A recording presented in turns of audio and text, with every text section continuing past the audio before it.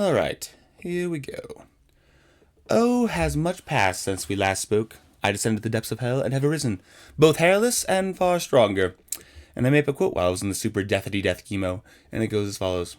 You will find your demons in the depths of hell, but that is only because they're drawn to the power buried there. Not bad, right? I mean, even if you don't like it, it's true. When you're pushed past your limits, you either find a new limit or you die. So that's what I mean about finding the power buried in hell. When you suffer immensely, you don't have the strength or resources to succeed. You either find a new way of doing things, or you don't. That's very much what I felt like I did since I last updated you. And to be fair, I knew I would probably need those new resources, so I've been preparing for the last 3 months, and that's why I've been reading all those pain books and hypnosis books and meditation books and all that jazz. Because I was like, well, this is gonna suck. Better start learning how to handle sucky things, and so I did. But there's a massive difference between learning in theory and learning in practice. As I went through the chemo, I learned in practice how to apply those methods, and I can genuinely say it was the hardest thing I've ever done in my life. But man, I'm really glad I read up beforehand, because without that learning, I don't think I would have made it through. I mean, I might literally not have made it through. I might be dead right now. That's a very real possibility. But, at the very least, I wouldn't have made it through as well as I did. Of that, I am quite confident. So yeah, prepare yourselves for a tale of monotony, suffering, inner strength, and all that stuff, as I catch you up on life once again. It all started long ago, when I was a wee lad of the age of 24. I was so naive back then, so small, so fragile. And I don't know where I'm going with this. It just felt right. Okay, let me just not. Never mind. Control Z, etc., etc. Okay, upon finishing the last life meal, I did some Funime, some trivial research. I scooted near his house for magic and food, and that was de fun. And then I scooted home. Buying the electric scooter was genuinely a great call, because when I was chemoed, I could actually move, and it let me feel like, I don't know, I was moving my body even though my body was big dead. So yeah, got home, did more Funime research spikeball leagues, except Benji and I could join, because how cool would that be? And then I slept. I went to church the next morning, and that was good. I got home, I played Baldur's Gate, I took some pills. I then finished editing the last life update, which, as I've stated many times before, takes an actual age, oh my gosh, because my spelling and grammar are so bad. And it turns out that this one, Jake had to double take a number of times just to figure out what the heck I was saying. Oh well, life is hard, and I suck at spelling, grammar, and literacy. But, to make up for it, I'm good at sports. Or so my crushing victory of Benj in pickleball would say as much. That's right, I won 2/3 to 3/4 of the games. A definitive victory against the Herculean man-child. And that was very fun. I love playing Benj with, all things, but in general, I love playing new games where I win. That makes it better. Anyway, after that, Benj was like, yo, I need to go to Nessa's house, and she's loaning me a car. Would you drive me there? And I was like, I got you. And then we were driving, and a spontaneous hangout with Nessa was conceived, and thus occurred. And she was a bit grumpy, at least by the end, which may have been my doing. It's almost always my doing. But still, it was at least a good time to see her, and I'm glad I did it before heading off Denver, so yay. After I left them in peace, Ben called me and started arguing with me, and I was like, fine, let's argue in person. I think his whole goal was to get me to his house, so I don't know how much the argument was contrived. But yeah, I then got to Ben's house, argued with him and David. Well, not him and David. Argued with him while David mostly spectated. And it was a civil argument in the end, though I'm not actually confident he takes anything away from those. I've had the same argument with him at least 4 times. David chauffeured us to McDonald's, where we got good snacks and finished our debate, and then it kind of morphed into a conversation by the end. We finished up at Ben's house, just chilling in the couches and talking about something I don't remember, and then I had a vague, pleasant feeling about it, though, so it must have been good. Once I got back, I did Funime pills and slept. The day thereafter I worked, I was quite on task, I might say. I then called M for a reason I genuinely cannot remember. Did Funime with Katie, which Ben joined in for the second half of, and then the 3 of us did a study session in which not much studying happened, which is much more Katie's fault than Ben's fault. By midnight, I gave up trying to keep us on track, and we just watched whack, somewhat funny YouTube videos until I called it a night and went to sleep. The next morning, I did small stuff. Funime played racquetball with Benj, in which the older Order of Victory was lost and reestablished to my chagrin, but not bemusement, aka Benj was winning again. However, the cool thing was, about this time, that we played some old guys, and, it was fun. We lost them, but we did pretty well, and it was cool to just see how our skills have improved since we played the other old guys back in the Chilson Center way back and got destroyed. We were able to hold our own against these old guys, and they've been playing for 30 years or so I don't know, it was just fun to play another opponent. So yeah, that was actually really fun, actually. Once we got back, I did Funime, played some Baldur's Gate, digitized all my cancer letters, and organized them in Drive while listening through half of Imagine Dragons, because they have a very large discography. And Imagine Dragons is great. I don't know why I haven't listened to it before now. Then once I got that done, I was in a flow state for 3 hours. I ate, Gamed to avoid dealing with my emotions, then decided that was stupid and unhealthy, so I did emotional work anyway, like a responsible adult. And it was very interesting how I could feel both terrified and fearlessly overconfident looking down the barrel of Savage. Like a very interesting case study in the nature of, contradictory emotions. So yeah, processed through that with much journaling, went outside, sprinted around some, did more journaling, and then slept. The next day I had work in which I worked on my cancer book and also messaged Charlotte for a hot sec. We finally got things sorted between us, which was epic. Charlotte is actually pretty darn mature, more than I gave her credit for. Also, during that workday, I finished reading my last cancer book. Yay! And I've tallied them all up. And if you're really loose on the counts, because what counts as a cancer book, that can be hard, defined fuzzily. I have read 49 in the last year and a half. But if you take out all the mental health and inner workbooks, then it's explicitly 30. So yeah, it's been a heck of a lot of reading, and I think I'm going to call the subject wrapped. Of course, now I need to write a summary of it all while it's still fresh, hence the cancer book. But yeah, I'm done reading about cancer, at least for the time being. I think I understand the subject quite well, though. We're getting diminishing returns with increased reading. After work, it was Funame time. I packed up all my things for the long hospital and Airbnb stay ahead of me, and then I stopped by Katie's house as I left because I thought she had something FI to talk about, but it turns out that her phone is dumb and does not process messages correctly, so she did not. Still, I was going to say goodbye to her, so I did, and then we talked for a bit, and then I hopped in the Phoenix and drove Denver, arriving in my very quaint Airbnb, just unpacking a bit before I went to sleep. Also, you need to check out this place. My loft space was really cool. That's why, I chose it. You should see the picture. The next morning, I was scheduled to show up to the hospital, so I got on my scooter and set out, and oh my gosh, Denver sidewalks are the worst. As I was driving there, and by driving I mean riding, there was a giant lip in the stone, so, being the SE man I am, I jumped it! Well, with my front wheel. It turns out jumping a 2-inch lip with your front wheel is not enough, because I very soon found myself sliding face first in the autumn leaves. Thankfully, I did not get really hurt, though, so that was a win. However, once I got my other port in, I decided that me riding my scooter was probably not a good idea. Anyway, aside from crashing on my scooter for the first time, the pre-salvage appointment went smoothly. It was mostly a lot of paperwork, though I did misunderstand what a particular test measured, and hence I thought my heart was not doing well, when in reality it was doing totally fine. So Mountjoy had to convince me of that. I then scooted to Chick-fil-A, used some of my many gift cards, which were a lifesaver during this time, and then when I got home, I recorded a bunch of meditation scripts that I never used. Yay! It was then at that point that Mom arrived. We went out for sushi and ramen, which was genuinely very good. I then went to visit the Lego store with her in the mall, because I have super fond memories of the Denver Lego store when I was big small, but it is very, very lame, it turns out, and not worth the drive or walk. I then got back, meditated, read some very useful books before starting some useless books, aka Calvin and Hobbes. Bill Watterson's story is such an F.I. Dom story, it's funny. He's just doing art for the sake of nothing else, and he's like, I could sell out and make millions, but no! I'll be true to my comic art. I'm just like, what? It's a comic, bro. Sell out. Anyway, it was kind of inspiring, but kind of stupid. I then journaled and went to bed. The next morning was my surgery for my second port, which I don't know why they need to give me 2 ports. It does not make much sense to me. Having even gone through everything, I was kind of like, this is kind of unnecessary. But in regards to surgery, I waited for ages, literally 4 hours, longer than I said I would, and that was boring. I then found out that I wasn't going to be put under when they put the port in, so I was just kind of like, oh, because for my other port, they put me under. But yeah, thankfully I'd done all my inner work, so I was ready for it. So yeah, they said I wouldn't remember it, but I definitely remembered it. I remember them cutting into my neck, and it was disconcerting. Surgery's so weird if you think about it. It's a safe, quote unquote, place for people to rip apart your body in a very natural way. Very whack that we do this.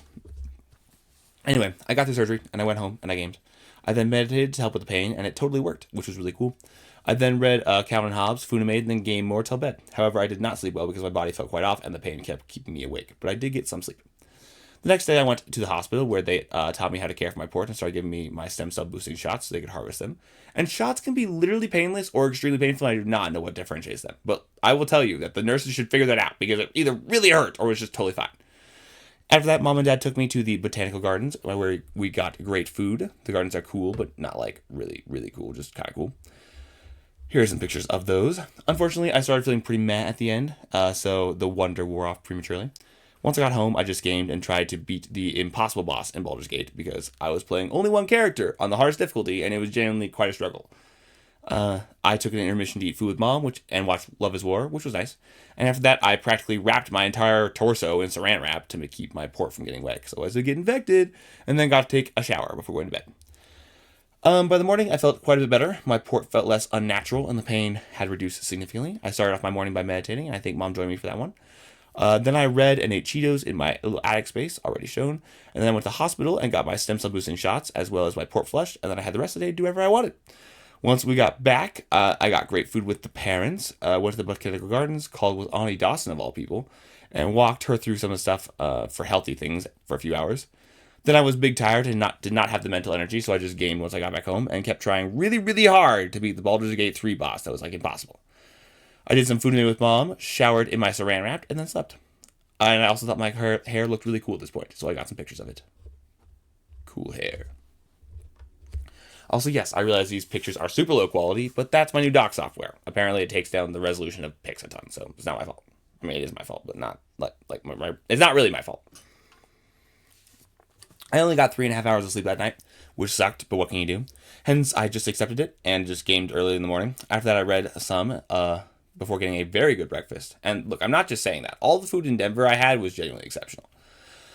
Then I went back home and I gamed some more, got my shots, called M, and then finally beat the impossible D&D boss. And oh my gosh, that was so close. I beat it by like the skin of my teeth. That felt very rewarding though. It was like kind of a foreshadowing for the chemo I was about to experience.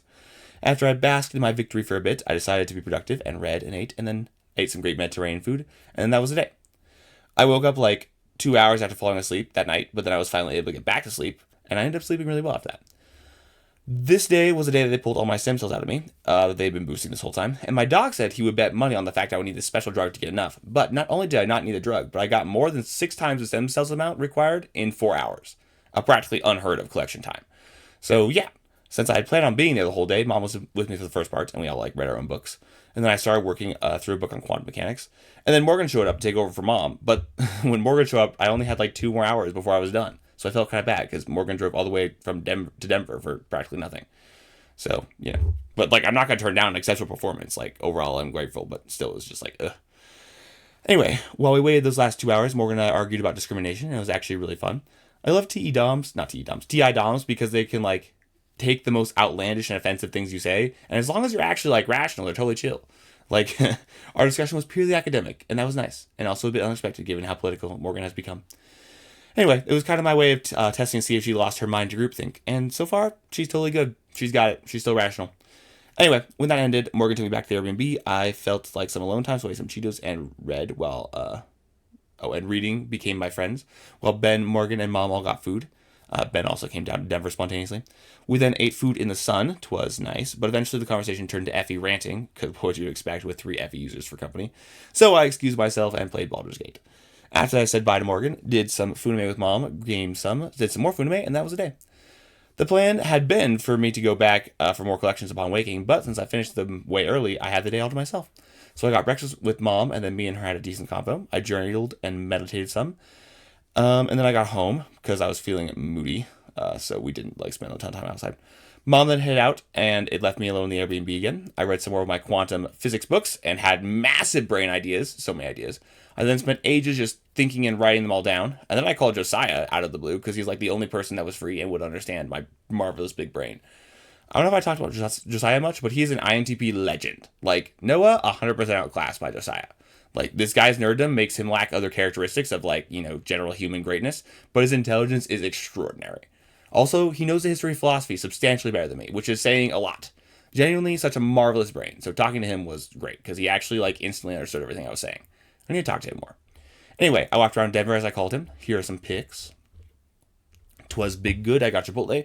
And then I started this whack anime that was unlike any other anime I've seen before. When I got back, I gamed some, read, comicked, and then went to bed. The next morning was quiet and solitary, but that was really, actually, genuinely quite nice. I felt like I got to, like, slow down and get in tune with myself, which was a good change of pace. I meditated that morning, read, and did comics, and then Neo and Sydney arrived. Neo joined me for a meditation session, but couldn't seem to get into it. Apparently, it's hard to teach people, like, the skill of meditation, because this confuses me, because people just can't. Like, I get it's hard, but, like, can't you just not think about anything? Like, is it within your skill set? Anyway, after I ranted to him about my new thises and such as ideas that I had come up with the day prior, and that may be the key to just finally solving philosophy. I know. Alex, you're so arrogant, you can't solve philosophy. Who do you think you are? Well, you know what? You can't if you don't try. Anyway, he thought my ideas were very cool, because they are. And we pivoted to playing Magic. Sydney joined for part of that. And then I did actually walk and get the pictures I mentioned earlier, so my bad. While Sydney and Neo grabbed us food using my gift card hoard. Once I got back, we ate dinner, and it was tense and awkward. And then Neo and I played a Halo firefight, and we got crushed, as always. But it was fun to try. And then I left. I did some meditation, read some, gamed, did comics, and then slept. Next morning, I began with a fantastic meditation session, read for a time, did Funime for a time, and then did comics for a time before Katie arrived, after managing to get thoroughly lost for no good reason. Her dad dropped her off because apparently they don't want her to drive in Denver by herself. And then we just talked in the attic space for like 3 hours, and then she went home. Personally, I don't think a 3-hour talk was worth driving all the way to Denver for. But, you know what? It was a really good conversation. Probably my favorite with her thus far, so perhaps I'm wrong.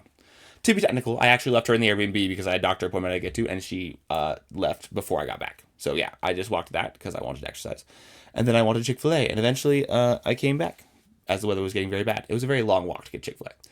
I then ate the food while watching my very whack anime, and then I gamed some more, read some more, gamed some more, meditated, and then went to bed. I woke up earlier than I desired the next day, but such is life, journaled, did some Funime, finished whatever book I was working on, and so forth preoccupied me. And so forth preoccupied myself. Then Mom and Dad arrived, since they'd be staying in Denver too from this point on, and helped me pack, which is big useful. We then got so breakfast, the first meal I did not actually love, and moved to the new Airbnb. And the reason for 2 Airbnbs was I was actually supposed to go to Denver a week earlier, but I got sick, so yeah, it didn't happen, blah, blah, blah. Once I got settled in the new Airbnb, I just gamed and did some small productive things. I then decided that going with Neo and Sydney to the Night of the Museum night was too much, so just Mom and I went. And that was a 100% good call, because lol, Mom is actually very max chill. Also, she's pretty fun. It was so crowded, like, holy cow.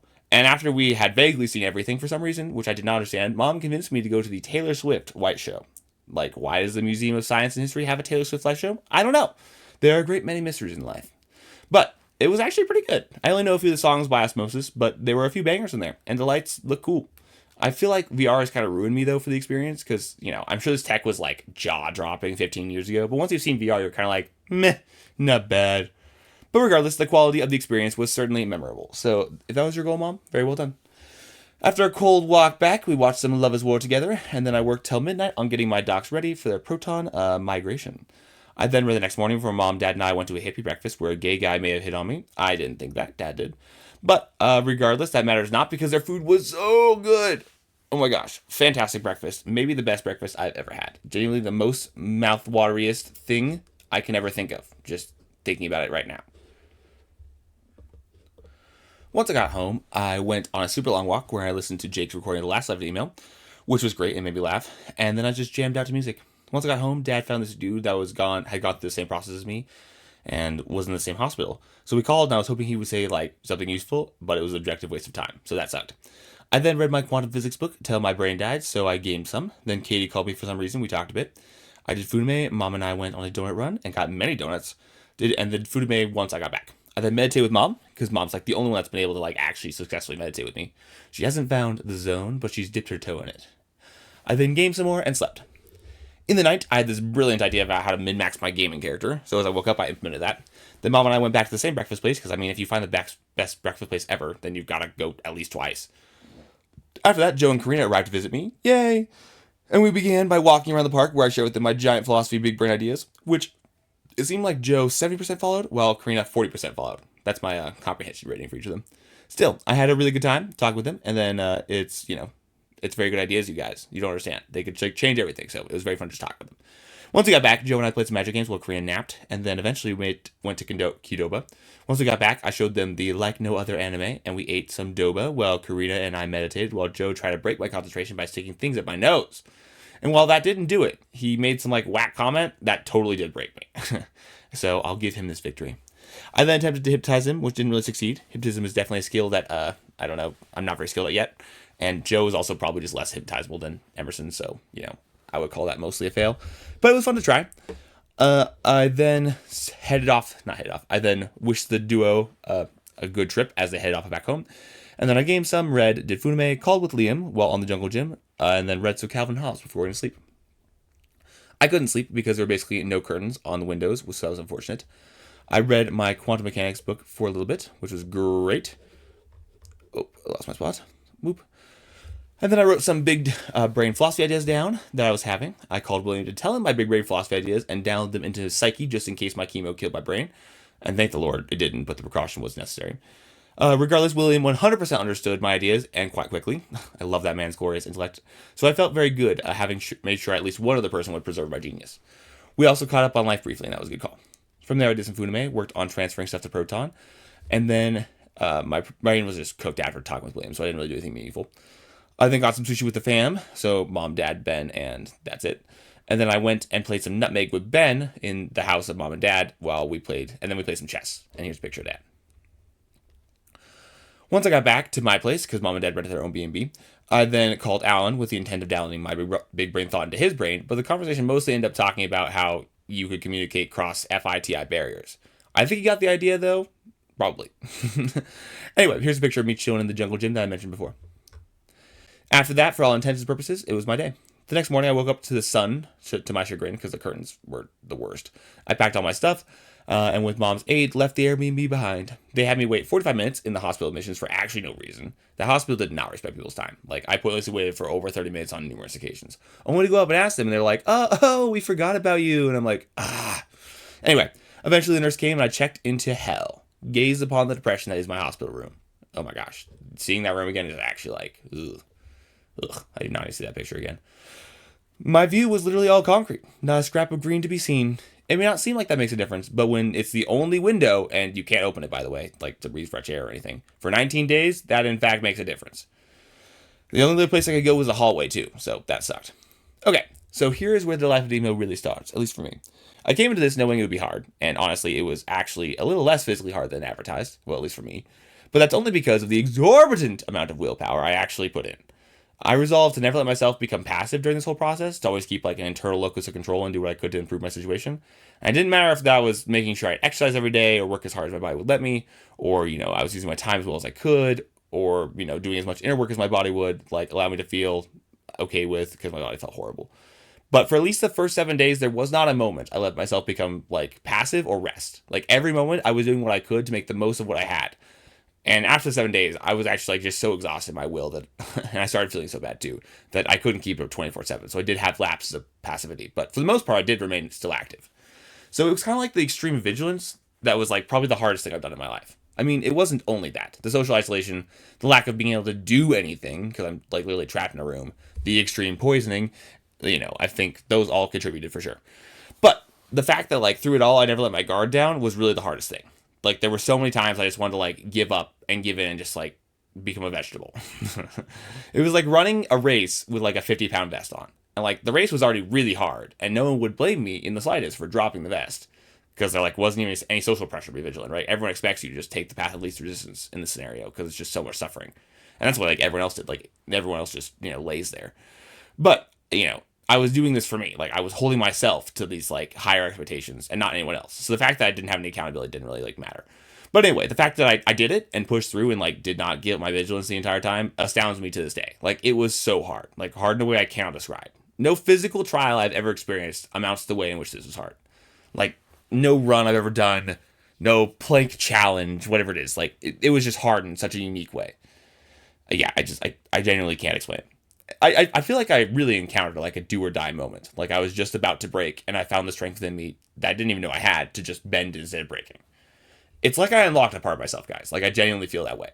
I feel like I got pushed to my limits, like my literal limits. And instead of breaking, something in me just bent. And that bend is like permanent. It can't be undone. But it opened up this like whole new world of possibilities that I genuinely didn't even know that was possible. It's also woo-woo and fuzzy. I wish I could speak with more like clarity. But regardless, I genuinely like feel very transformed by the whole experience in a way that probably only the greatest suffering I've ever experienced could possibly transform me. Anyway, let me see if I can get less general and talk about it in more particular terms. So yeah, I checked into the room. I got settled in. I kind of just worked on stealing my nerves. They ran a bunch of tests on me and stuff. Various medical procedures were initiated. And then at some point, amidst all of that, I finished my quantum physics book because I figured it would probably be a too high-level read during this process. And boy, was I right. Oh my gosh. At points, Calvin and Hobbes was a too high-level read. Mom and Dad and Ben all came to visit me at some point during the first day, which was nice. Ben drew a bunch of doodles on my whiteboard, which I looked at way too much in the coming 19 days. That art probably had the most impact on me that any art ever will. And then the first round of chemo was administered, and I felt pretty much like a typical chemo experience. I felt blah, but not dead.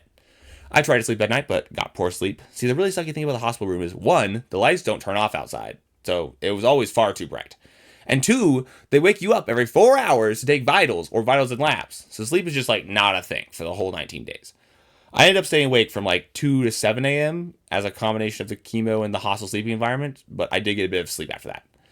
Anyway, okay, actually, wait, I need to rant about this. Waking up every 4 hours to take vitals and labs, I can like understand. I hate it, but I understand it. Your body ends up having literally no immune system, hence a 4-hour difference in response time can genuinely save your life, and probably actually save mine, but we'll get to that later. But the fact that doctors wake you up at 9 to talk to you every morning is ridiculous. I naturally get to sleep late, so like in normal life, it's rare I'm awake at 9 in the morning. But when I'm missing massive chunks of sleep as is, and often not even getting sleep till 6 in the morning, for a doc to wake me up at 9 and ask, "How are you feeling?" That was the only time I got snappy the whole experience and actually got mad. Like they woke me up after I'd finally fallen asleep to ask, "Do you feel okay?" And that was the entire reason they woke me up. Bruh, I was asleep. I was feeling okay. The more the more I like think about this, the more I was just like, Like, we both know that if I say no, I don't feel okay, you're going to at most give me an aspirin. Like, you know I don't feel okay. You poison me to the limit of human survivability. And, most significantly, you can ask me these questions at any time in the day. You don't have to wake me up for this. It is not time sensitive that it is at 9 o'clock that you ask me, "How do you feel?" Like, they're literally valuing their convenience over not only my convenience, but my health promoting sleep. Like, that actually made me so mad. Like, this is stupid. The vast majority of the times I kept it inside, but the one time that I snapped, like, I said something like, I was until you woke me up. Like, it wasn't even a bad snap. I was just curt. But, like, I could feel myself getting angry. Anyway, there's a lot of things I hate about hospitals, and I could rant about a lot of them. But this practice was certainly by far my biggest pet peeve. Okay, back to the timeline. After I woke up from my sucky sleep, it sucked. I then, in my sleep-deprived state, as, you know, the first day of chemo settled in, felt that I really had to, like, fighting. Like, I knew I had to fight before, but, like, that's when, like, I felt it. Like, I felt like, okay, we're now in the battle now. And see, as I mentioned, I'd read a lot about, like, inner work and, like, all that stuff. So I knew this was going to be hard, and I prepared myself, at least in theory, how to keep myself healthy and alive. But let me tell you, there's just no substitute for hellish suffering. Like, nothing I read or learned or practiced prior to that day really allowed me to know how hard it was going to be, and didn't really prepare me for the implementation. And at least the implementation to where it was actually effective. Like, starting on day 2 and until day 7, I think I spent about 3 hours a day just working on my inner life. Like, doing meditation, guided imagery, self-hypnosis, stuff like that. Anything and everything I could to safeguard my body against the chemo. And it was so much work. Like, even though I knew in theory, it did not prepare me to exercise under so much pressure. I felt like I was just, like, very much learning on the job. So yeah, I kicked it into high gear and started battling that morning as I got my next dose of chemo. From that point on, for the next 4 days, I got chemo every morning and night. And of course, it's all cumulative, so each day I felt worse and worse. So yeah, I felt pretty bad after the next morning chemo dose. But after 4 hours, I felt good enough to do some pitiful exercise and be productive until my next wave of chemo hit me. Also, the nurse who administered it was also super incompetent. Okay, I have another rant to make. First, did you know hospitals in America are the third leading cause of, like, death after heart disease and cancer, at least according to some ways of counting? And I mean, that's not like deaths to happen in hospitals. It's deaths because of hospitals, particularly errors on account of sleep-deprived and incompetent nurses. Like, this is a well-established fact. The third most likely thing to kill you in this world is a mistake made while you were in a hospital. And so, in light of that, it's really hard to trust the medical system, and not just abstractly, like I saw this firsthand. These nurses were so amazingly incompetent, like astoundingly so. Despite the fact that their task was so simple that I know how to do it entirely by watching, they routinely forgot crucial steps. Like, some forgot to clean my lines before flushing them, a mistake that greatly increases my odds of bacterial infection, and when I have literally no immune system, my odds of death. I had numerous nurses try to push vast amounts of air in my line, and were only stopped by the machine, thank the Lord. And lol, they were too incompetent to know how to override the machine. So they would just get genuinely confused, like, why won't it go? And I'm like, bro, it has air in the line. Like, this one nurse, I swear she was an ENFP. And, like, this happened to her, and the machine was beeping, and I was like, hey, I think there's air in my line. And she was like, and ignored me. Just pulling the machine, the line out of the machine and putting it back in. And pressing start, only for the machine to display clearly on the screen, air in line. She tried like another 3 minutes before I was like, there's too much air in my line. That's why it won't work. You need to go, like, take out that air or else it could hurt me. And she turned to me and was like, look, are you going to let me do this or not? Do you need me to get another nurse? And I was like, yes, I would like another nurse, please. Then, with a huff, she, like, stormed off and brought an actually competent nurse. And when the new nurse came in, she took one look at the setup and was like, oh, honey, you have too much air in the line. You need to clear this out before you give him the chemo. And she was like, oh, that makes sense. As if it was the first time she heard it. Throws up his hands. There was never any acknowledgement of her error or that I was right. And I honestly don't think the incompetent nurse even learned anything from the whole experience. And there were like a lot of occasions like that where I had to protect myself from incompetence. For example, there was this one nurse who had this habit of pulling back on the syringe to check for blood return after she flushed my line. So she would flush it with saline, which is what you're supposed to do, and then pull back on the syringe until it was filled with blood. And if it weren't for me, I would be like, my legs would clog. Like, do you not understand why you flush the line? It's so there isn't blood in the line to clot the line. So if you pull back after you flush, the line is filled with blood.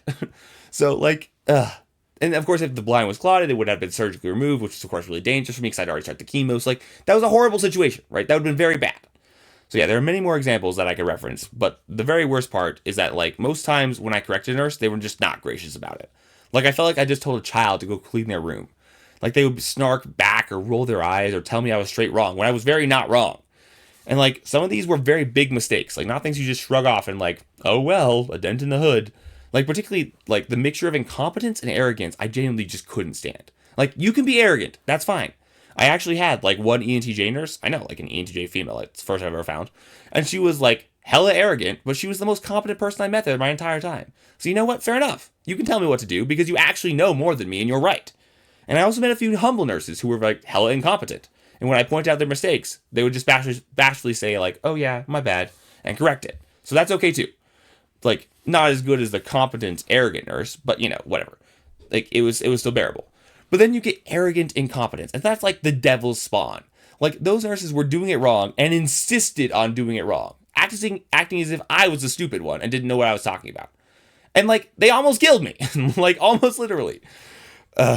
I'm sure it's because of these nurses in particular that hospitals are the third leading cause of death in this country. Don't get me wrong, they're not all like that. I met quite a few very competent nurses that I would trust in my life. But the travel nurses and the night nurses especially, those ones I had to be super vigilant around because they would make mistakes more often than not.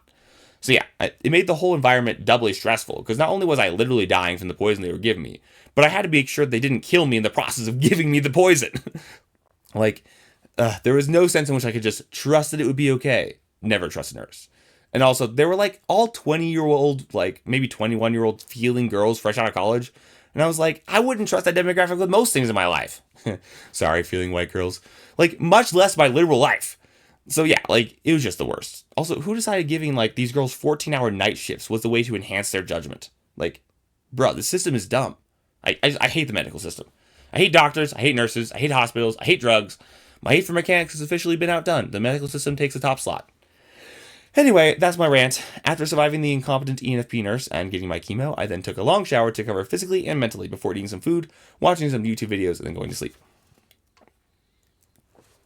I felt very nauseous in the morning, but I resolved with my inner work to not throw up, which I amazingly did not do the entire time, which I think is a direct result of my inner work.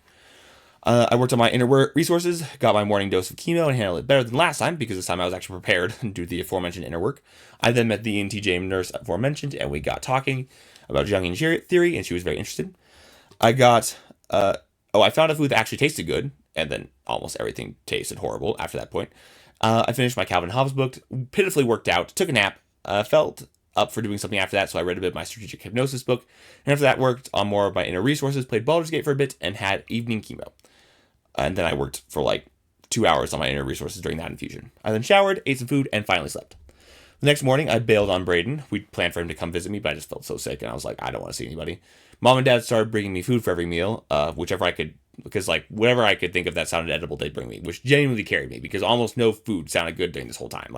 Literally almost everything I think thought of made me want to throw up. So it was huge to have them just be yep, if you have a food, we will find it, no matter what it is.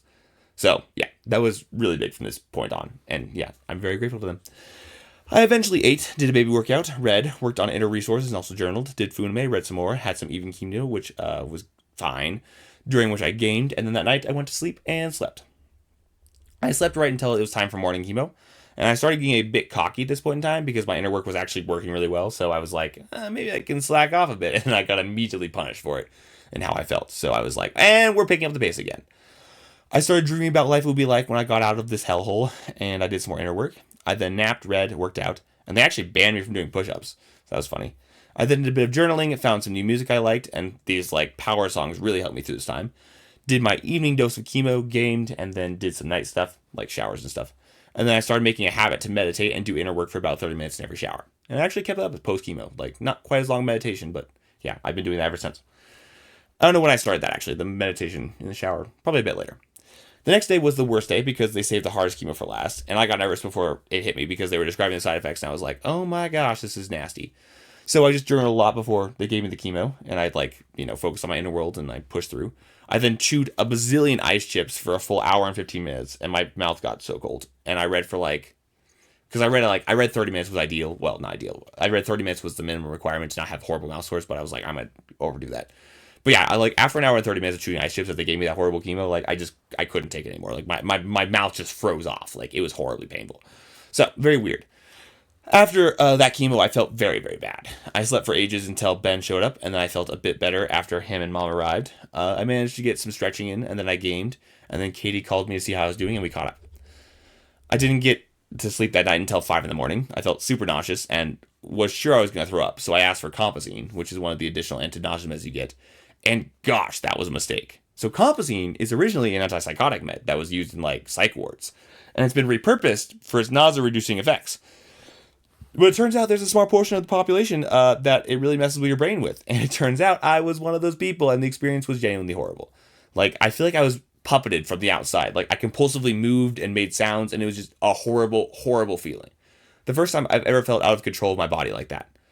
I would genuinely throw up 100 times before ever feeling that again. And I hate throwing up. So yeah, after they gave me that, and I started being like, hey, something's wrong with me. They're like, oh yeah, this happens to 3% of the population, and there's nothing we can do, so just wait it out. And I was like, ah. So yeah, that was probably the worst part of the salvage experience. That subjective feeling of lack of control of my body and losing my brain, my mind was genuinely terrifying. I can't remember all of it. I can remember how it felt as I started to fall into as the drugs started to take effect. But the next 2 hours is just a blank. I don't know what happened. So I can't remember. But yeah, it was horrible. Then eventually it was time for me to get my stem cells back. And the experience was kind of surreal. You can't see well in the picture, but they brought out my stem cells out of liquid nitrogen. The fog was just rolling off the container and spilling out of my bed. So it felt like I was something in a sci-fi movie. It's here's your life potions. So yeah, you're taking this fog emitting capsule, which you're holding with big blue gloves and putting its contents inside me. Very trippy. The actual infusion into my stem cells was very chill. It didn't make me feel bad, and it was super quick since I collected them so fast.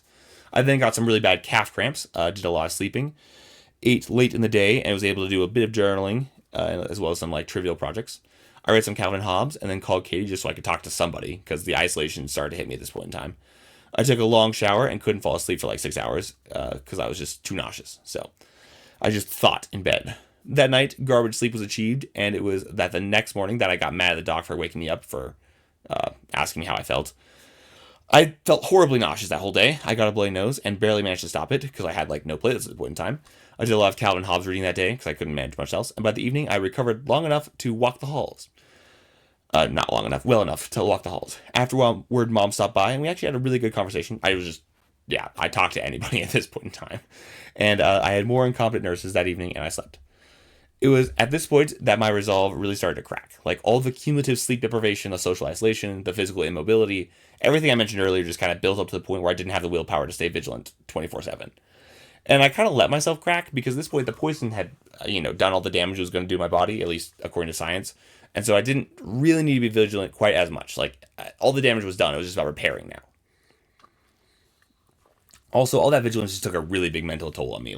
I was emotionally and just, in terms of my will, just exhausted. I was so tired, so I actually slept pretty well that night. But, I was just super fatigued the whole day. I remember getting up to go to the bathroom, which was 10 steps away, and literally having to lie down for 15 minutes to recover. I couldn't move. I was also just super nauseous. I napped a lot. At that point, I finished book 3 of the Calvin Hobbes complete collection. I then mustered enough strength to hobble the halls for 15 minutes before having to lie down again. Ben visited me at this point, and it was a very big breath of fresh air because the loneliness was really getting to me. We played 2 games of queenless chess, and I lost both games, which I could tell my brain was just out of it. So the third game I played with my queen, and I won, but not by a lot. It was definitely the closest Ben has ever come to beating me full out. Dad then went through a ton of work to make me jalapeno popper peppers, because for some reason those sounded good, and he brought those after Ben left. At that exact moment in time, those tasted heavenly. Like, it was the first time I tasted anything that was genuinely delicious in the first week, so that was huge. Dad and I talked for a bit, because I was just like, please someone talk to me. I gained some, and then I took a shower and went to sleep. The next day, I did a lot of sleeping. My nausea got a bit better, but I started having really bad diarrhea, so it was a trade. I then went on a bit faster of a walk the next day. I did a ton of journaling, called with Sam Treat for a while, and then just oscillated between unbelievably fatigued and feeling more normal-ish. The next day I slept for ages with interruptions, but, it was like 12 hours or something. Mom and Dad brought me food, which was a lifesaver. I read Calvin and Hobbes and felt, up to it most of the time, but sometimes I was too tired to even do that and just thought because I couldn't do anything else. I did a tiny fatigued walk, and then I called Joe and had a 3-hour debate over the phone, and that genuinely, revitalized me. I felt physically better after having that call, which is kind of unbelievable. Who said debates weren't good for anything? At least for me, they seem to be physically healing. If I'm ever, on my deathbed, just call him William and be like, bruh, Max Blackwell's spheres prove that distinct things have no distinct properties. And I'm like, and I'll come back to life really quick. Next day, I felt okay. Spent the whole day playing Baldur's Gate. However, I did have a nosebleed that wouldn't stop, so they gave me, this thing that constricted my veins in my nose. And yeah, and then I also started having really bad mouth sores, despite all the cryotherapy I did. And those were very nasty, very painful things. However, thankfully, I only had one really bad day of having the bad mouth sores because I targeted them hardcore with my inner work. And yeah, I was just super fatigued that day. I kind of napped, laid in bed. And then, as you can discern by how I'm writing this, this all kind of blurred together for me at this point in time. There was no real marker of time at this stage. Days and nights were all just relative. The only indication I had of how long I'd been in that room was the number they put on the whiteboard. My internal clock, it could have been months. I had no idea. Anyway, the mouth sores made eating quite painful, but I managed. I played a lot of Baldur's Gate around this time, and then this day, whatever this was when I decided to shave my head because my hair started falling out in force. Here are some pictures of the progressive shaving. Boop. And there you go. I'm a hairless ape. And while we're at it, here's a pic of how I looked when I was during this time. Mom and Dad got a picture of me, and I did not look that bad, which is surprising because I felt horrible.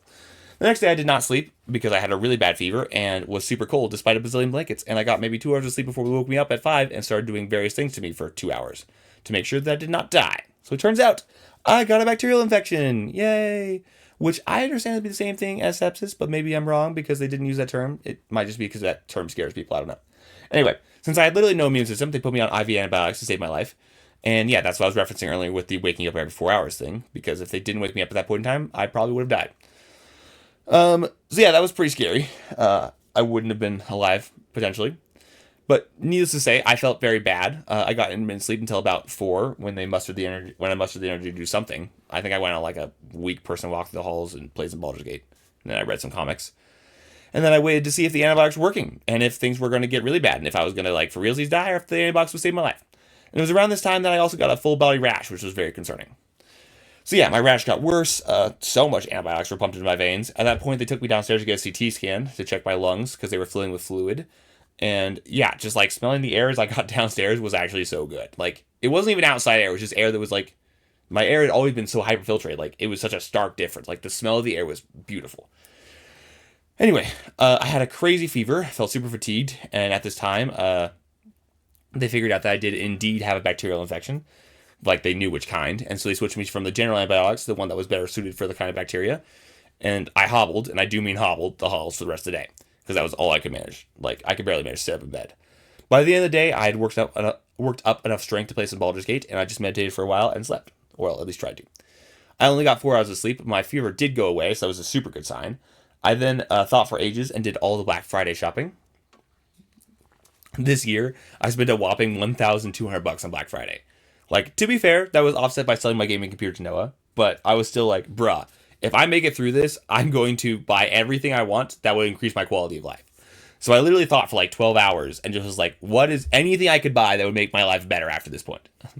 So yeah, it was kind of a YOLO, well, almost died. Might as well use my money before I perish. Kind of spending spree. Anyway, it wasn't impulse buying though. I did actually think through everything, but it was definitely still YOLO buying. And when you get that close to death, you're kind of saving money is stupid. It makes me think of the rich guy's barn parable that Jesus gives. Saving money is only responsible if you get to benefit from the saving. If you're alive. If you just die the next day, then there's no point. So, yeah. Anyway. I to be fair, I only could make those purchases because of prior responsible money logic, so touche, whatever. Anyway, I was very tired. So after all of that, I napped for a few hours. I did some exercise when I could. I called Ben, and after that talk, I felt a lot better. And that evening, I finished Baldur's Gate 3. And this needs to be talked about, okay, because 275 hours of my life were poured in this game. So, Baldur's Gate. First off, fantastic game. Literally the only game that I could re-addict myself to after many, many years of my solo game fasting. And, because like when you taste real accomplishment, video games are kind of underwhelming, except apparently Baldur's Gate. Like, I could dive into a variety of reasons why this was like the one game that I did like really love. And I think it's largely because it was a D&D game.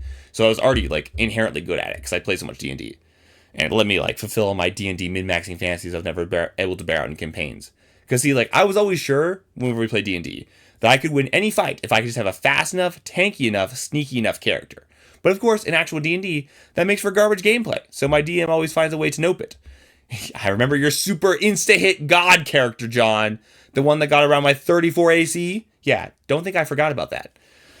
Anyway, hence, when I saw this video game, I was like, I can prove it. I can make the ultimate character. And of course, all the D&D people in my life said I couldn't do it because Baldur's Gate is a well-designed game made for a party of 4. And, 4 times the action economy than one character can bring. And it was actually a well-designed game. But of course, that did not dissuade me in the slightest. My original plan was, to beat it with one character in one life. On the hardest difficulty, of course, where you can't go back to previous saves, which is huge. But that was indeed a pipe dream. So instead I did it on one character, the hardest difficulty, and with many, many lives. Like 100 lives. I think I died just a few times. Anyway, I did have one mod that made your ability score level 2 at level 2, and like gave you an ability score at level 2 in addition to the one's level 4, which I did that on accident. I thought it was just like a developer buff for playing on the hardest difficulty. So I did profit from one mod, but I did that unintentionally. But regardless, I did everything in that game. Like, I basically did every quest, talked to every character, found every item. I mean, except for all the romance quests. I did not follow the romance paths, which is remarkable given how many romance paths there are. Oh my gosh. Anyway, at least for Act 1 and 2, I 100% of those acts. Act 3, I started to wear out, like I got kind of bored, and so, I slacked off a bit.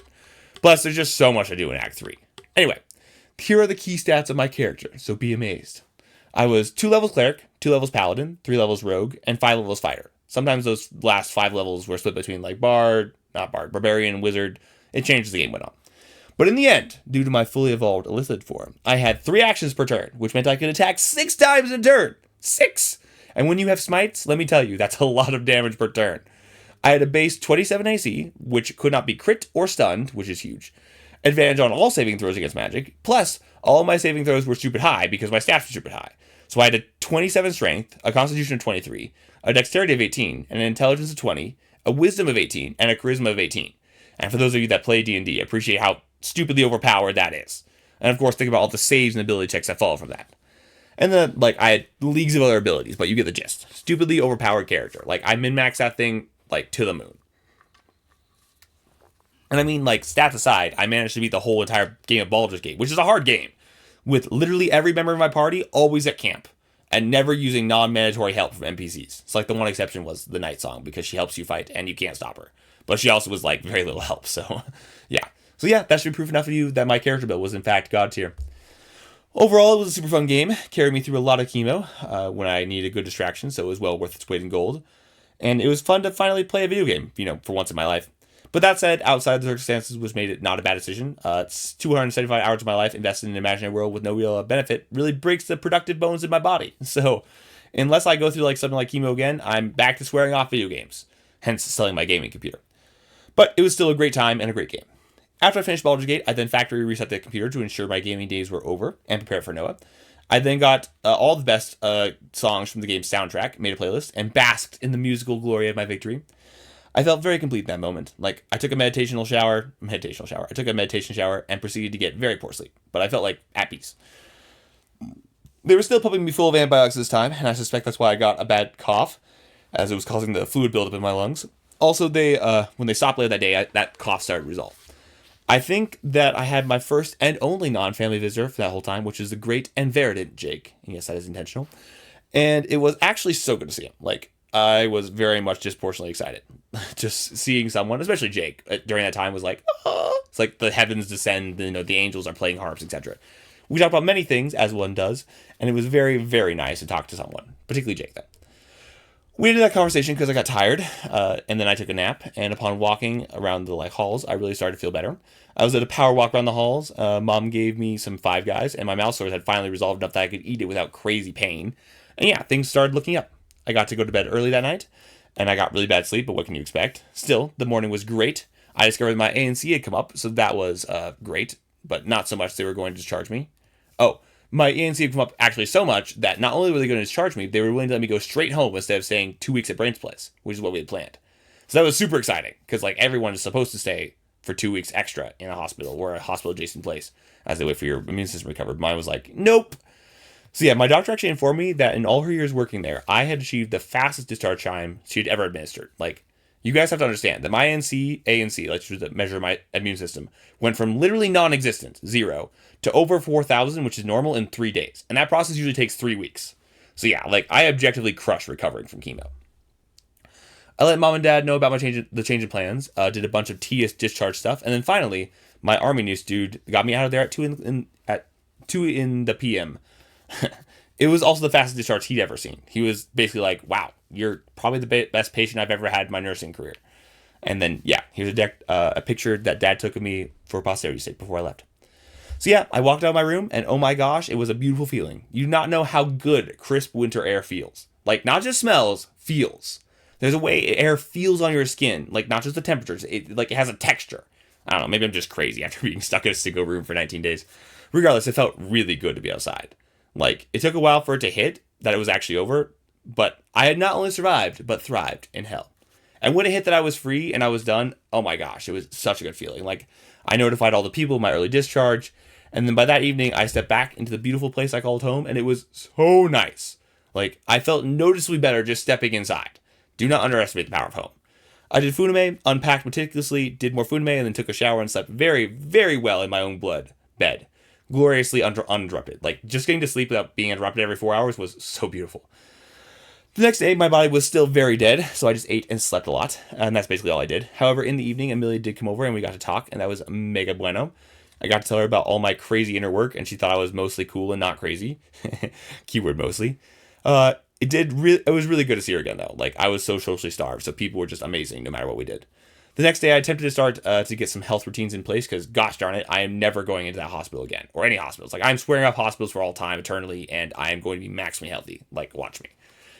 I tried to walk to City Park that day, but I couldn't. I could only make it a block out before I turn around, and even then, I hardly made it back. My body was so dead. It's kind of hard to believe that was all I could do.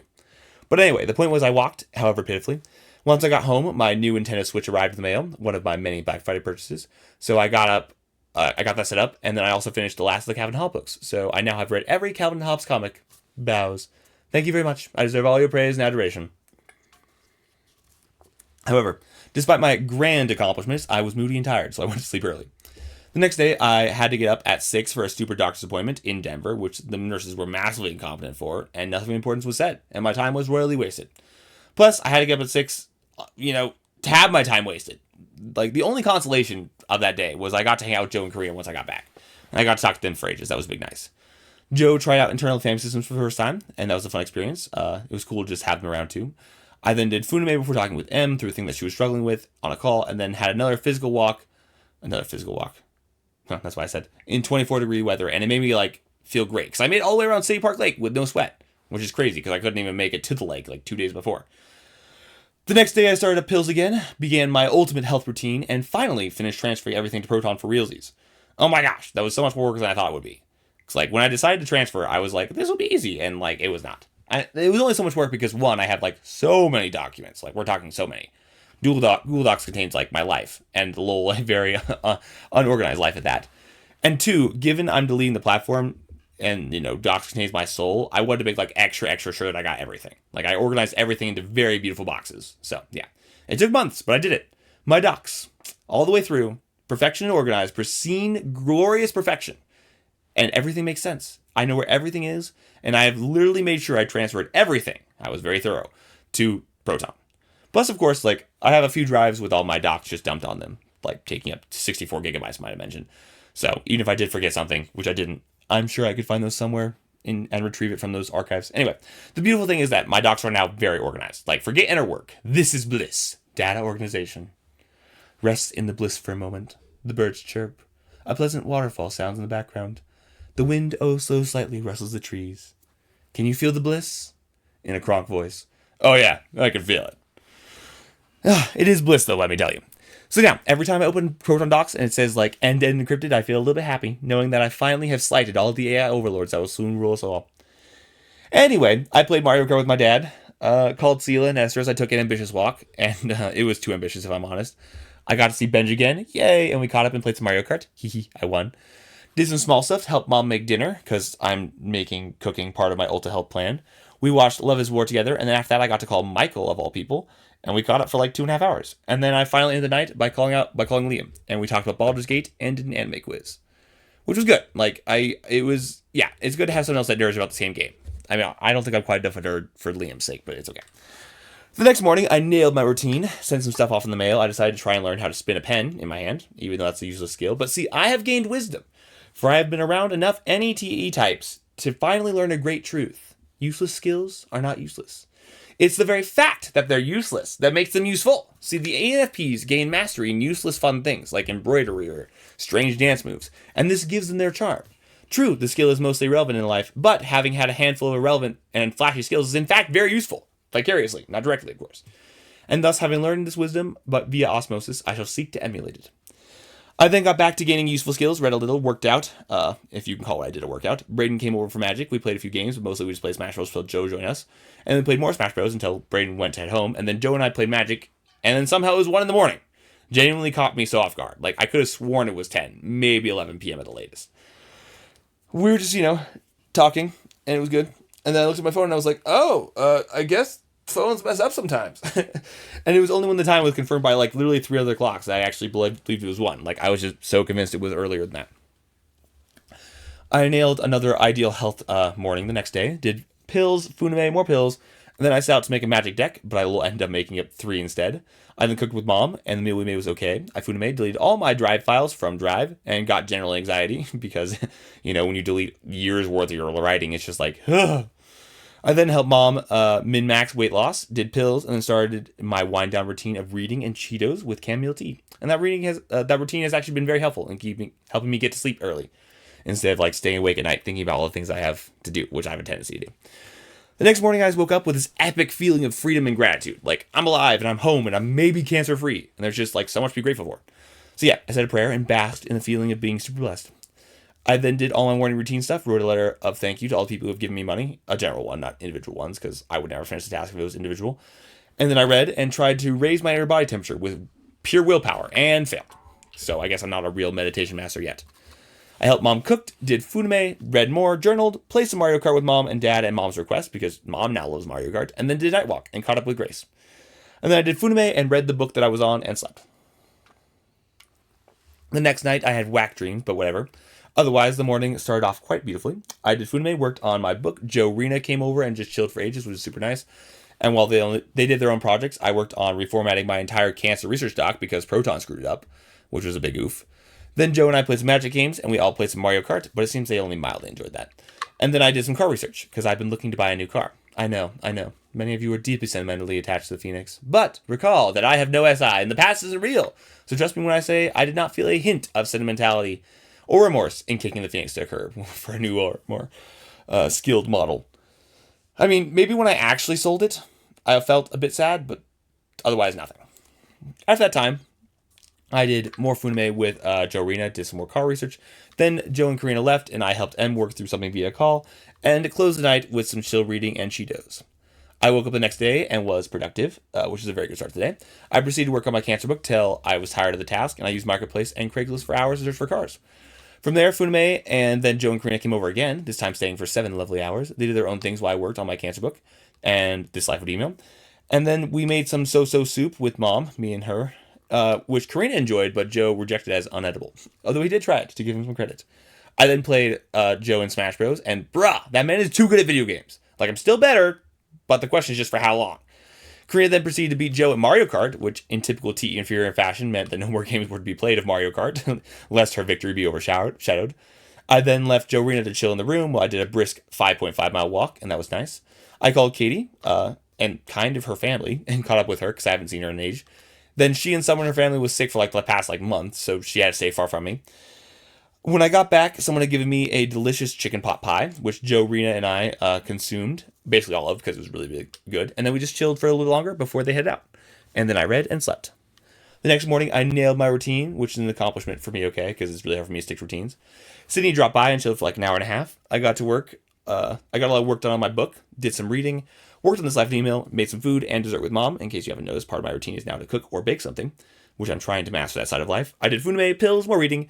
Neo came over and we played some Smash, and he's still better than me, as well as some Magic. And then we just also like talked and caught up some. It was good to see him. Once he left, I wound down, did some Unity research, and then slept. The next day I got morning stuff done before Sam Myers came over, and that was cool. We played an hour and a half of Magic and then worked for 2 hours, and honestly, he was a pretty near ideal vibe buddy.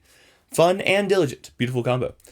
I then searched for cars till it was cooking time. Mom and I cooked together, and then we watched Love is War and ate the fruits of our labor. I then got to work on bake bonuses and credit cards, finding other ways to make money. And then I ended the day the way I typically do, by reading and Cheetos. I then squeezed in the morning routine that I did the day after that. That didn't make any sense. The next morning, I squeezed the morning routine. I don't know exactly when this was because the timeline's a bit fuzzy, but it happened. Mom and I drove down to Denver for a scheduled doctor's appointment. We stopped at the Botanical Gardens for lunch, and we just kind of walked around for a bit. I then had a 2-hour-long doctor's visit of nothing. The doctor I encountered was amazingly arrogant, and I swear they must teach that skill in medical school because I cannot believe that you can achieve such levels of arrogance naturally. Like, he was so authoritarian. Like, I don't even know how you can be this authoritarian. It was just horribly vexing. So yeah, overall, massive waste of time, but lol, I did go back. I don't go back for another 100 days, so ha! Mom and I had a good conversation on the way there, but on the way back, we just listened to music. I then briefly saw Grandpa and watched some anime with him before going on a planned walk and talk with Em for me to type and meet her 2 guy friends, Kyle and Luke, but they were not having it. I mean, like, Kyle was more neutral and ISTJ, but the ENFP Luke 100% rebelled. He got mega defensive and all like FI and like, you don't know me, that's a complete misinterpretation. And yeah, it was very interesting. It seems very like odd, but it's typical for male T tertiary types to be this way in particular. Like, they go into all the like alpha mode, and I'm like, I don't know what's up with you, dude. I'm not like threatening you, just chill. I don't know. Maybe my T Dom energy just freaks them out. Anyway, it was good talk. Or a good walk at the very least. I don't know if the typing session was very good. It was kind of meh. And I was able to journal some when I got home. I read, and then I called it a day. The next day, I did my morning routine and came over because she's back from college. And I took her on the last mountain drive in the Phoenix. She got me up on life in Arizona, and it was, good to talk again after a month and a half. And then we read and worked some of us working more than others, before she helped me make chestnut soup, which unfortunately was meh at best. Also, our orange hot chocolate was, in fact, the worst. So, not meh at best. But we had fun doing it, and, the recipe was completed correctly, so it wasn't actually a real failure. After eating our food and watching some anime, I then broke doctor's orders and snuck into Southgate for the Christmas play. Sydney arranged for me to have a seat up in the sound booth, so I wouldn't be near anybody, and the play was immensely cringy at points. But I will also say the end dance number was genuinely, so good. Particularly Seth, also Sam. 9 out of 10, peak performance. So yeah, I kind of said hi to people, but I was still super immunocompromised, so I mostly just yeeted myself and ran away.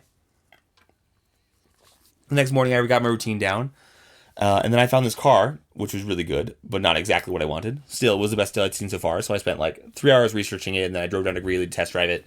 And it was fine, but it didn't really, speak to me. So, as I was driving home, I thought to call Sam and ask him what he thought, because he knows a lot about cars. And he was like, yeah, don't. So I decided against it. We then got to talking, and I told him everything I wanted in a car, and he agreed to start looking for me to see what he could find. And once I got back, I did life with email work, food with mom, and then I went to walk for exercise, and then I called Sam and Uncle Nathan, and we ironed out the details of what I wanted in the car. And Sam kind of honed in on a few makes and models that he thought would fit what I was, looking for. But yeah, nothing was decided at that point, and yeah, we just talked about a lot of other stuff too. Overall, good conversation and a walk. Of course, when I got home, I just wound down and slept. The next day, I did my morning routine before obsessing about this car that Sam found for me. And I will tell you about it in a bit, but after taking 8 hours of research, I was just totally obsessing. He found the car that was perfect, well, aside from the gas mileage, and just inside my budget, which was being sold in California. So we started forming this whole elaborate plan to fly him down there to check it out, and then I would fly down and drive it back. And it was going to be expensive, part one, and very time consuming. And then I was like, hold up, let me see if the same make and model is close to me. And it turned out the same make and model was being sold in Boulder. Hence, I was actually obsessing. I was researching all its issues, and that was all I did the whole day. I kind of cooked with mom, but I was like literally giddy with excitement and majorly distractible, so I didn't really cook with her because I was like, this car.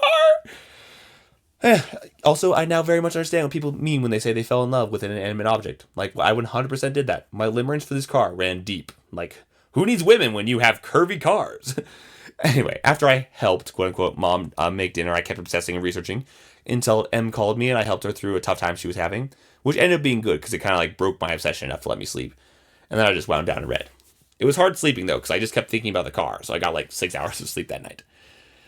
As it dawned, I completed my morning routine with a beautiful car in my mind and also surgery looming over me. See, the time had finally come to take my ports out, including the one that's been in there for over 2 years. So that was both exciting and a bit nerve-wracking, because I knew they didn't sedate you for the process. But thankfully, I was so obsessed with the car that I didn't have time to get nervous. I did more research, then Mom and I drove to Denver and actually had a really good conversation about how to improve her life via expanding her care circle. I then stepped into that godforsaken hospital once again, and for hopefully the last time. And yeah, the process was daunting, because they just like lidocained you up and went at it. And yeah, I was numb, but like, it was not painless. Plus, then jerking on the line that you can feel inside of you is just disconcerting. Also, I remember the feeling of the scalpel cutting my skin quite distinctly. Like, it occurred to me that I might still have some trauma from all this surgery and invasion of my body's sanctity. Like, I didn't feel like it, but I did notice that after that surgery, my like shoulders were super tense and like my breath was short, my chest was all tight, and I got like a headache out of nowhere. So guys, like, I think I'm gaining like a vague body awareness. Woo! But also, I think I also need to process everything because at some point, like, I have definitely been traumatized. Like, yeah, definitely. So I'm still like kind of on my guard because the cancer isn't gone for sure yet. So maybe I'll do it then. But yeah, I've been trying to compromise with myself. What a sentence. And I've been making some good progress. So I've been processing in part, but not like fully. Anyway, it was still really good to be free of the 2 hunks of metal because they were keeping me from working out, and I really wanted to work out. Plus, all in all, the procedure wasn't too bad. On our way back, I grabbed M from her house, and we got canes, which they only delivered half of our order, so that was dumb. And then we ate, and M and I baked peppermint brownies, which was actually fire. Plus, it was just fun to bake with Emerson. I say 8 out of 10 baking partner. After consuming those, I drove her back to her place with my little T-Rex arms because I couldn't make big arm movements because of my surgery. And then I just looked at cars until way late, breaking my good habits because I was just obsessed. I thought about this car literally all night. Like, I barely managed my routine in the morning because it was just ingrained as a habit. So, go habits, I guess. I then searched more about cars, and I got depressed because I thought the guy who was selling me my dream car ghosted me because someone gave him a better offer. So, I test drove an Acura, and the Acura guy was like, this is... First of all, Acuras are very fast, but the Acura guy was like, this is a fantastic deal. I was like, yeah, it actually is. And I would have totally bought it, except for the original guy who had my dream car got back to me, and I was like, hold up, my true love is calling. And then I left to go get that car after a little bit. Also, I told all my friends to get the other car, the Acura car, because I think it was a general car, but no one got it, which is stupid. Anyway, I arranged for Joe to move over our departure time, and we left, and yeah, it was good. So, when we finally got to Boulder, which is where I was buying the car, the power was out, so that was whack. We purchased Abomination cheese and other nutrients at the Powerless King Supers, and then eventually the seller arrived. And now the time has come to tell you about my car. It's a Porsche. Yep, that's right. I now own a Porsche. Granted, a 2004 Porsche that looks pretty normal, but is still, in fact, a Porsche. Here are some pictures. I'm actually so pumped about this car. Like, it has a beautiful interior, all tan leather, like, genuinely gorgeous. It has a V8, 340 horsepower, and it can tow, like, 7,000 pounds. Like, 7,000 pounds. It corners like a dream. It has a tiny turn radius. That's, like, fantastic. And it's got a hatchback with, like, 7 seats. Not 7 seats. With the seats that fold back so you can put a card bed in it. Like, I genuinely love this car so much. And the crazy thing is it's only got 80,000 miles, which is insane for its age. Like, it's 2004. Like, actually crazy. I've decided to name it the Spartan, because it's a fantastic and a beast of a car. But, even though I could talk about it for ages, I know you don't care, so I'm going to move on. So yeah, I bought that. Joe and I parted ways. I drove all the way home, just very nervous. The whole drive I was like, now that I've bought it, it's going to break. What's going to go wrong? Because, the Phoenix has traumatized me. But by the end, I was able to kind of chill out because I was like, it didn't break. So yeah. I made it home without incident, was able to relax some, did some fills and some food to me. I tried to wind down as I read, but then I felt this like whole tense thing because I spent like $6,250 on a car, which is a lot of money for me. And yeah, I got in the shower, was able to meditate, and I finally chilled out of bed. The next day I woke up early, did intermittent fasting, and I just found out that like I just researched all the little details of my car.